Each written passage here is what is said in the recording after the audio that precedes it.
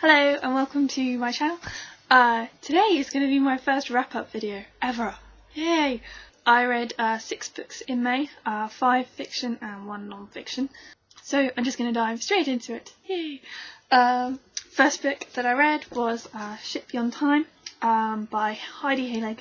This is a sequel to The Girl from Everywhere, which was published last year.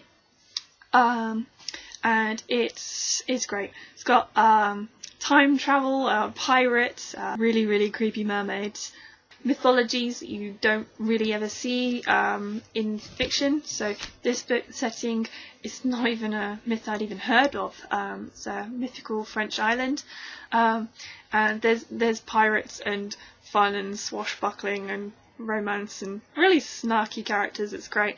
Lots of diversity, and I really recommend this for teens, especially people who liked what's it called? Passenger, that book. You'll know what if you've read it, you will know. So recommend this to you guys. I have actually done a whole review for this book. It's very rambly, so I'll link that down below.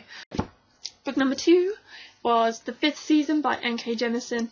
I love this book. I gave this book 5 out of 5 stars, and I would give it more if I could.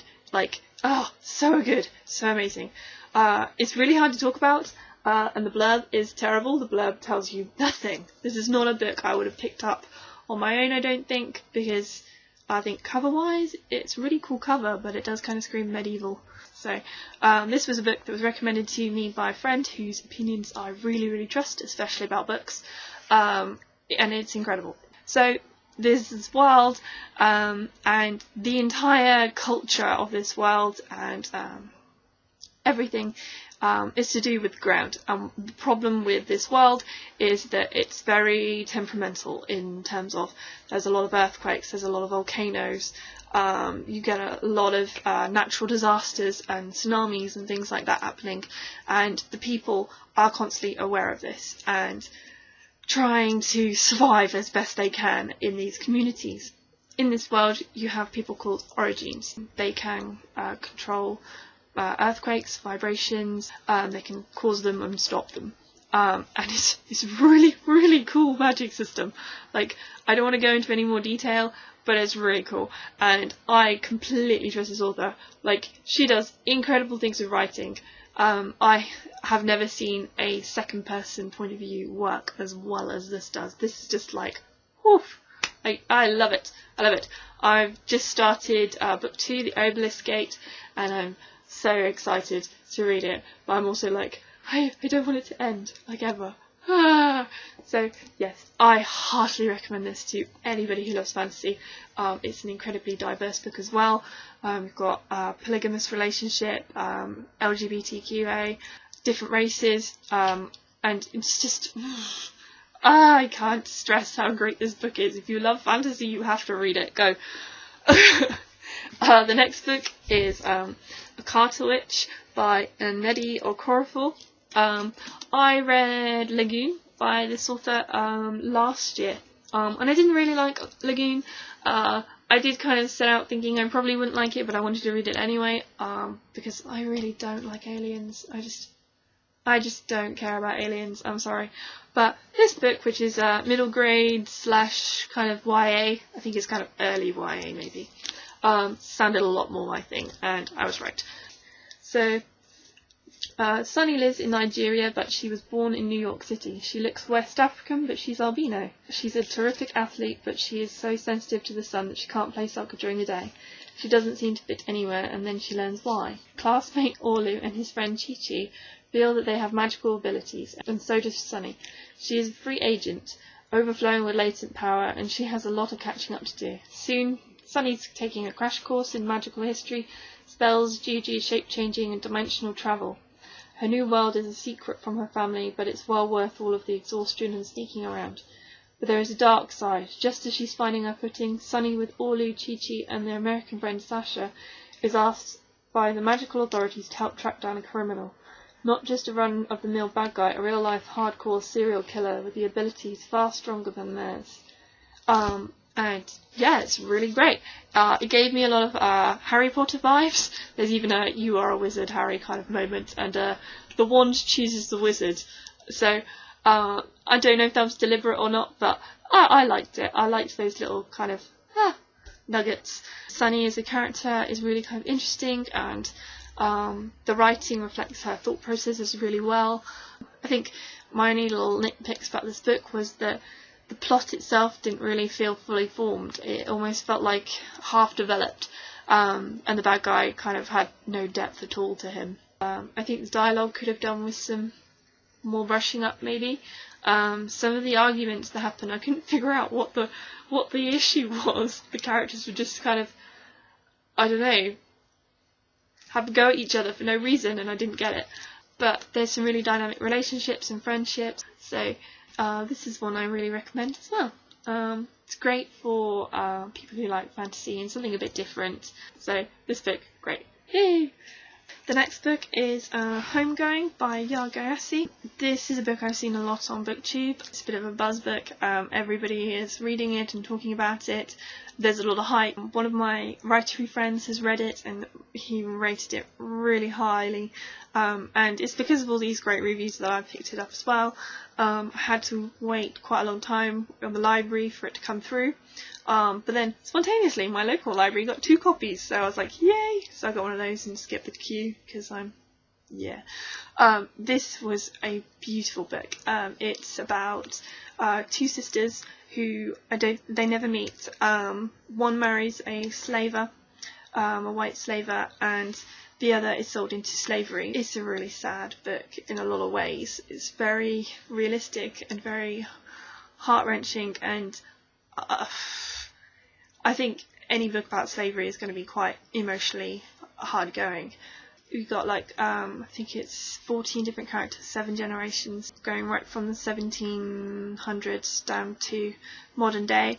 The stories are more like short stories. You get little snippets of each character's life. Usually it's how they meet the person they then spend their life with, or how the next person in the generation line is born or comes about. And some of the characters, I wished we could have more detail about them. There were some that I really kind of instantly clung to, but their parts in the novel as a whole was so brief. It was, I wanted a bit more, I think, but I still rated this 4 stars. It's really important, really amazing book. And I'm going to look forward to anything Yaa Gyasi writes in the future. Number 5, I think it's 5, is is The Boy, the Bird and the Coffin Maker. This was a spontaneous buy. When I bought the Obelisk Gate, I had to find another buy one get one half price book, and I was in there for a while. And this book just jumped out at me. It's a really beautiful cover. It's also blue inside, and there's lots of pictures, and it's a beautiful, beautiful book. So I was like, mine. So I got it, and I read this in about an hour and a half. It was a really, really quick read. It's a beautiful little story. It's about this man called Alberto, whose whole family dies in a kind of plague epidemic. And before that, he was a carpenter. He would make toys for his children. And after this event, he becomes the coffin maker, because he builds his own family coffins, and then he continues doing that for the next 30 years. But then a little boy and his bird kind of pop into his life by stealing his breakfast. And it's a really, really sweet little book. There's lots of lovely little descriptions and bits of magic, and it's very kind of whimsical, and it does have a kind of uplifting ending, which is nice. I think the ending was a little bit rushed, and maybe could have gone on for a little bit longer or been fleshed out a bit more, but overall this book is really, really good, and I think it's an important kind of book, especially for children, where grief isn't always explored. I think death is very well explored in children's fiction, but grief and its effects on lives, and especially adults, is not really explored. So it's really good to see this. I've only seen it in one bookshop, so if you love children's fictions and really cute, whimsical little sweet stories, look out for this one, because I think it's really good. My last book is my only non-fiction book. It's called Map Art Lab, and I will show you inside because it's really cool. My friend bought this for me for my birthday quite a while ago, and it's all about maps and different kinds of maps. So how you can make maps in different styles, using all kinds of methods. Really cool ideas. Some of them are really, really pretty. Maps of you and me, which is an interesting one. It's kind of like the map of relationships and things. The pictures in here are incredible. I love all the artistry. This book is amazing. If you love maps and drawing maps, or you're a writer and maps are something you want to be better at, this is a great book, because I think while this book is very artsy, it doesn't require actual artistic talent, I don't think, to just have a go. A lot of these projects, they're kind of like just it's kind of like throwing the pasta onto a bit of paper and drawing around it kind of thing. So a lot of them are just experiment, have fun, it doesn't matter how it turns out, make a place from your mess, basically. It's really cool. There's lots of historical stuff in there about how maps have been used in the past, or where things like compass roses have come from, and map orientation, and just it's not loads of info, it's quite a thin book, but it's just enough to really like inspire you to want to just make maps for your entire life. It's great. So I really, really recommend this one. Yeah, and that's my May wrap up. I've just started the Obelisk Gate, so I might end up reading that before the month is out as well. But that's so good. So good. I love books. So yeah, tell me what you have been reading this month. What has been your favourite book? What has been your least favourite book? I think I've been quite blessed this month because I've not read one book I haven't liked, which is great. Because some months I just only read books I don't like, and that's really... So, this has been a great month, and I want to hear about all your great books that you have read this month. So, happy reading, and goodbye! I need to just...